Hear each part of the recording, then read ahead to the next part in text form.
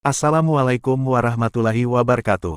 Kementerian Pendayagunaan Aparatur Negara dan Reformasi Birokrasi (PANRB) tengah mengkaji skema pengangkatan honorer menjadi aparatur sipil negara (ASN) tanpa tes.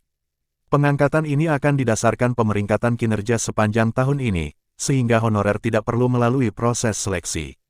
Kebijakan ini merupakan bagian dari upaya penyelesaian tenaga honorer seperti yang diamanatkan dalam Undang-Undang (UU) Nomor 20 Tahun 2023 tentang ASN.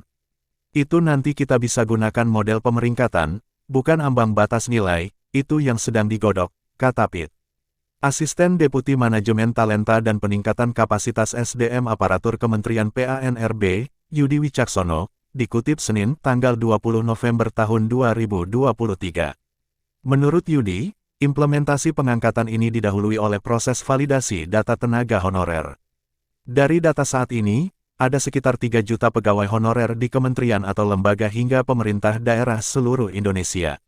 Dalam implementasinya kelak, Yudi mengungkapkan jika data 3 juta tenaga honorer itu termasuk ke dalam bagian yang lolos validasi dokumen, maka akan dimasukkan namanya ke dalam platform khusus untuk dipantau kinerja. Bagi yang namanya masuk ke urutan puncak peringkat, maka akan menjadi prioritas pengangkatan sebagai ASN pada tahun depan.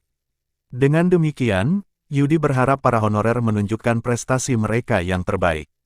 Jadi mereka akan diperingkatkan siapa the best-nya dan mereka harapannya nanti berkompetisi sesama mereka, siapa yang akan terbaik di tahun ini, sehingga tahun depan menjadi prioritas diangkat menjadi PPPK penuh waktu, tegas Yudi.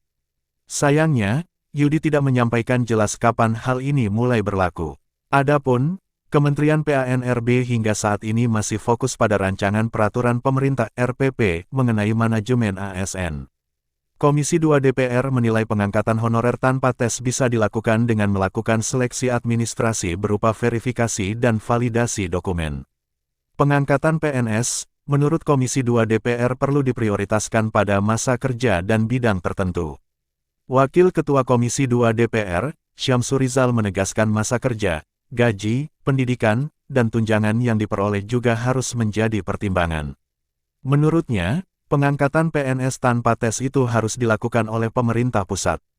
Tenaga honorer dan sejenisnya diangkat menjadi PNS oleh pemerintah pusat. Dalam hal tenaga honorer dan sejenisnya tidak bersedia diangkat menjadi PNS, maka diangkat menjadi PPPK, pegawai pemerintah dengan perjanjian kerja, jelasnya.